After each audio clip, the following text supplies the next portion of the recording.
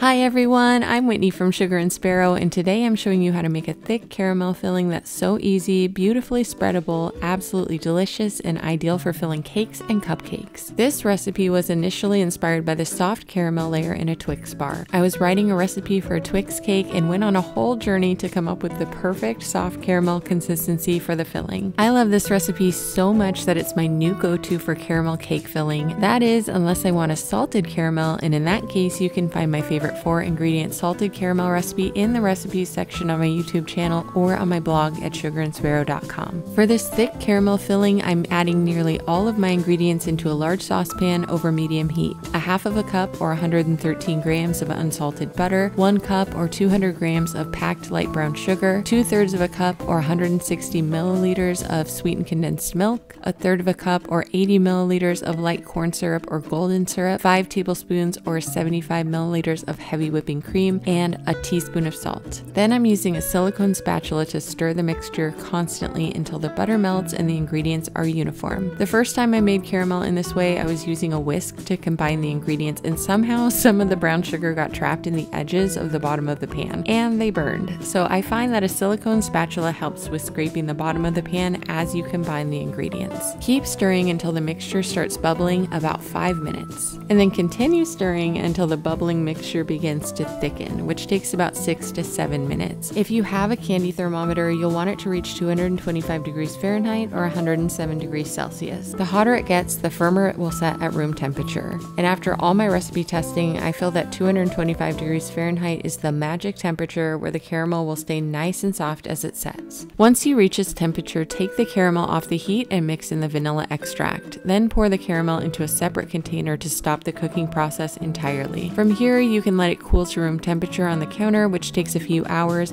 or pop it in the refrigerator to slightly speed up the process. When it reaches room temperature, it will look like this. Extra thick, but not too thick.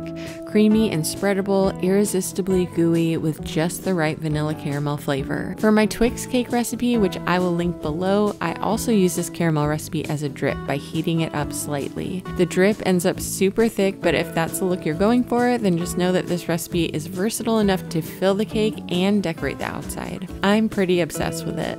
If you want more tutorials like this one, or to learn more about cake baking and decorating, be sure to hit the subscribe button on my YouTube page so you never miss a new video from me. Check out my blog at sugarandsparrow.com for my favorite recipes, baking tips, decorating tutorials, and so much more. I also wrote a book called Anyone Can Cake, which is an all-encompassing guide on how to bake, build, and decorate perfect layer cakes.